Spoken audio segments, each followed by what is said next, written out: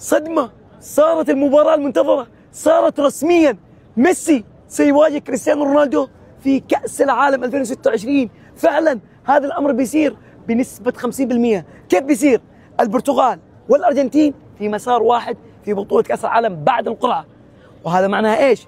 معناها إذا الأرجنتين تصدر مجموعته اللي فيها الجزائر والأردن، وإذا البرتغال تصدر مجموعته كولومبيا وأوزباكستان، إذا تصدروا مجموعة وفازوا في مباراة دور ال16، فبذلك رسميا البرتغال ستواجه الأرجنتين في دور ربع النهائي من كأس العالم. يعني من الآخر لا ميسي ولا رونالدو بيوصل إلى نهائي كأس العالم إلا لما يتواجهوا، وبنسبة كبيرة دام إنه في ربع النهائي ميسي ورونالدو بيتواجهوا في كأس العالم. كريستيانو وميسي مش مع برشلونة وريال مدريد، لا، مع منتخبات بلادهم. البرتغال ضد الأرجنتين، يعني بنشوف رونالدو وميسي يتواجهون مرة ثانية وهم كبار بالعمر.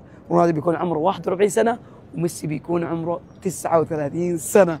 يا ساتر، كلهم بيكون كباتن لمنتخباتهم، وبالأغلب بيكونوا أساسيين في المباراة. أقسم بالله إنه هذه المباراة منتظرها بأحر من الجمر. مباراة للتاريخ، ربع نهائي، أتوقع الفائز فيها وبيكون بطل بطولة كأس العالم.